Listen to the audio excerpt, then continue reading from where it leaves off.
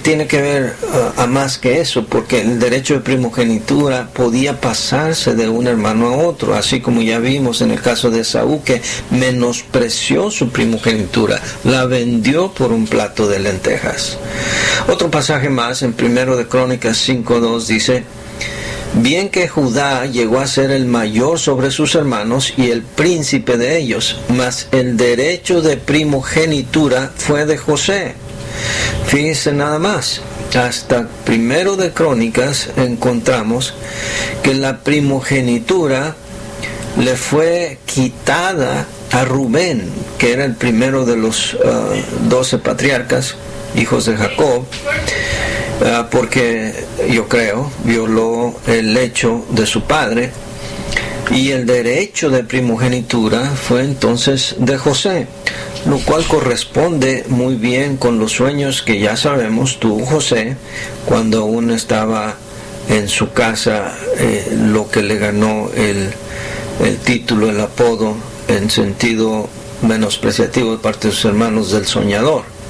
Pero este sueño, ya sabemos, era un vaticinio, era una profecía de lo que sería José, y ahí se cumplió.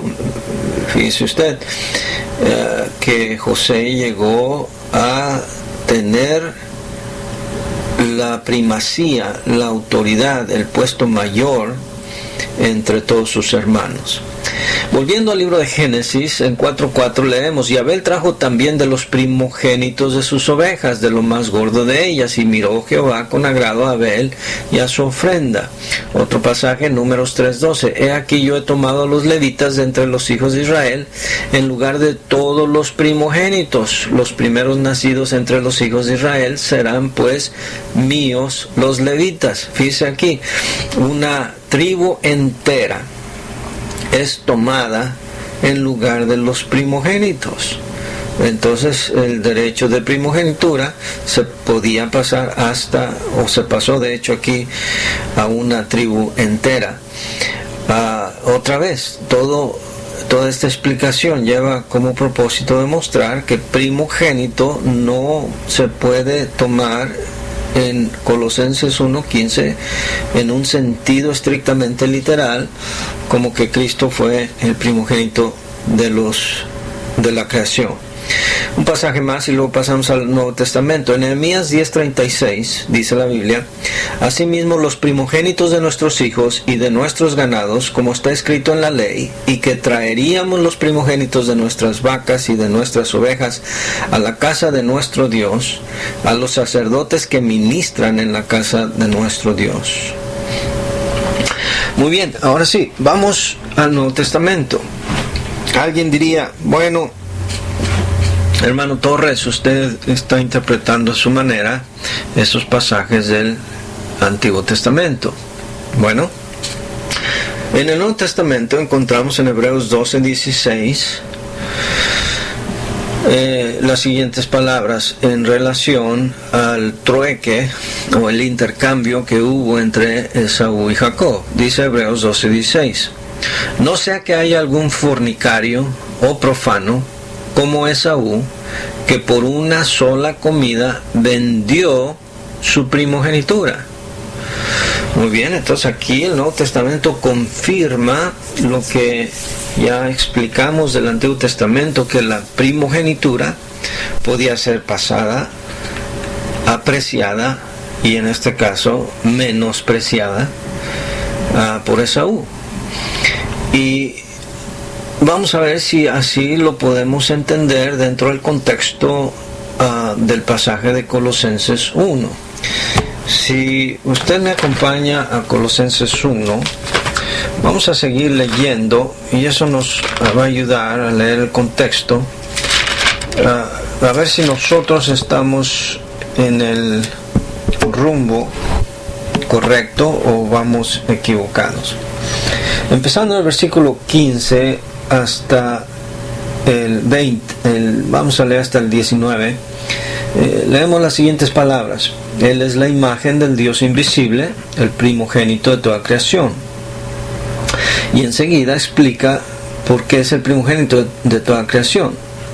Dice el 16, porque en Él fueron creadas todas las cosas, las que hay en los cielos y las que hay en la tierra, visibles e invisibles, sean tronos, sean dominios, sean principados, sean potestades, todo fue creado por medio de Él y para Él. Y Él es antes de todas las cosas, y todas las cosas en Él subsisten. Y Él es la cabeza del cuerpo, que es la iglesia, el que es el principio, el primogénito de entre todos los muertos, para que en todo tenga la preeminencia. Muy bien, entonces, estudiando con detenimiento el contexto de Colosenses 1, encontramos que se le dio este título al Señor Jesucristo de primogénito de la creación, porque, para usar las palabras del versículo 7, Él es antes de todas las cosas, y todas las cosas en Él subsisten. Y usando las palabras del versículo 18, Él es la cabeza del cuerpo, que es la iglesia, el que es el principio, el primogénito de entre los muertos. Esta frase la vamos a comentar un poquito más adelante. Otra vez se menciona primogénito, pero ahora de entre los muertos. Entonces, aquí vemos que también en el caso de la persona, el Señor Jesucristo, se le aplica este término como un título, porque Dios le dio la preeminencia a Él. En una ocasión hablaba yo con uno de estos miembros de estas sectas que no creen en la Trinidad y en la divinidad de Cristo, sobre este pasaje, sobre este mismo asunto. Y le preguntaba yo, mire cómo dice aquí el pasaje. Dice, porque en Él fueron creadas todas las cosas, las que hay en los cielos, las que hay en la tierra, visibles e invisibles, sean tronos, dominios, sean principados, sean potestades, todo fue creado por medio de Él y para Él. Esto lo repite también en el Evangelio de Juan, Juan 1:3. La Biblia dice que nada de lo que fue creado sin Él. Entonces yo le hice esta pregunta a esta persona: ¿qué significa todo? Parece una pregunta un poco tonta, pero no lo es una pregunta sencilla. ¿Qué significa todo? Pues todo significa todo. Ok, muy bien. Entonces, si Jesús, según dice aquí la palabra, todo fue creado por medio de Él y para Él, ¿qué significa que todo fue creado? Bueno, pues todo significa que todo. Pero si Él mismo, como primogénito de la creación, Él mismo fue el primer ser creado, entonces aquí encontramos un pasaje difícil de explicar de la Escritura, porque la Escritura dice que todo fue creado por medio de Él y para Él. Pero si Él mismo fue creado por Dios, ya hubo alguien que no fue creado, y por lo tanto ya no se puede decir que todo fue creado por Jesús, porque Él mismo no fue creado por sí mismo, según los que creen esta herejía de estas sectas, lo cual es incongruente, lo cual es contradictorio. Por lo tanto, nosotros creemos que Jesús no es un ser creado, sino que es Dios encarnado, pero que aquí, durante su ministerio terrenal y para toda la eternidad, de hecho, este título se le aplicó a Él, se le dio la primacía, se le dio la prioridad de toda la creación a Él. Ok, entonces vamos a hablar ahora de algunas implicaciones de esta posición teológica.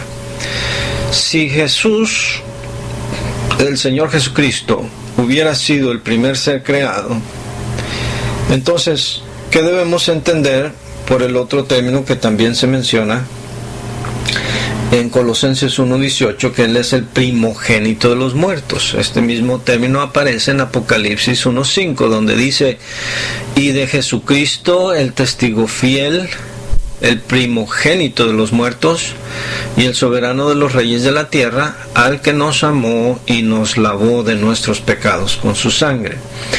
¿Cómo vamos a entender allí ese término primogénito de los muertos?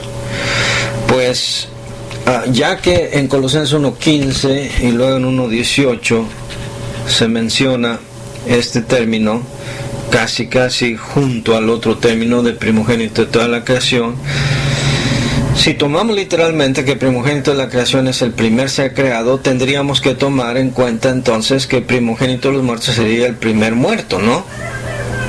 Lo cual obviamente es imposible, porque para cuando el Señor Jesucristo murió ya había muchos más que habían muerto mucho antes que Él.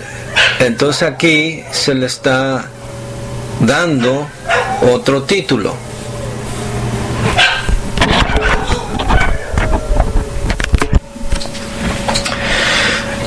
Sino que sin quererme meter muy a profundidad sobre este otro tema respecto a la resurrección, aquí el término primogénito de los muertos se refiere a que el Señor Jesucristo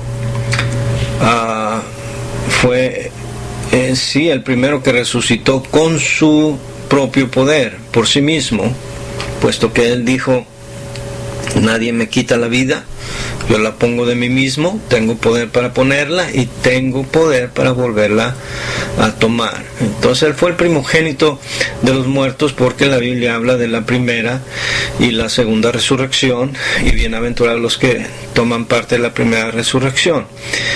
Y Él fue el primero en ese sentido, el primogénito de los muertos.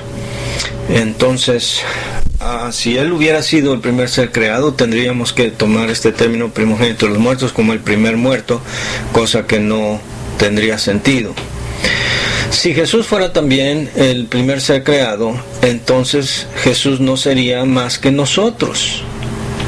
No sería más que un ser creado también, ¿verdad? Y claro, las sectas no tienen ningún empacho en aceptar eso.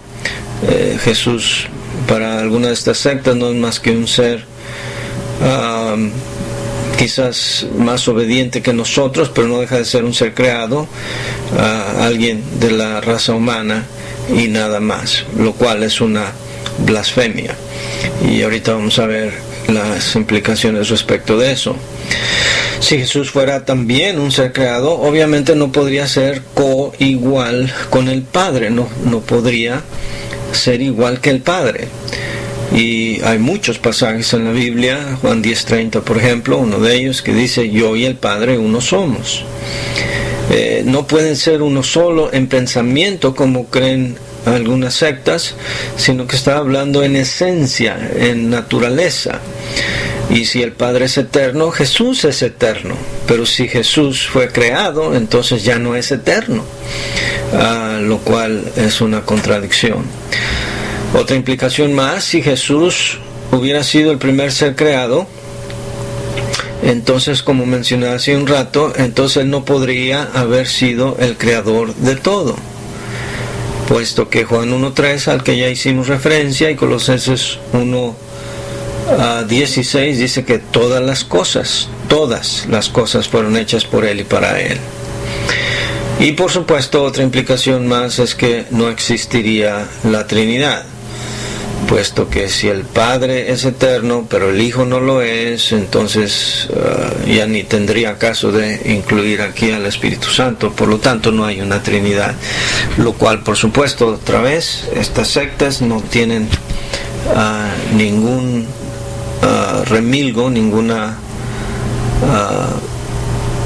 razón para rechazarlo. Ahora vamos a dar una aplicación a todo esto que hemos venido comentando.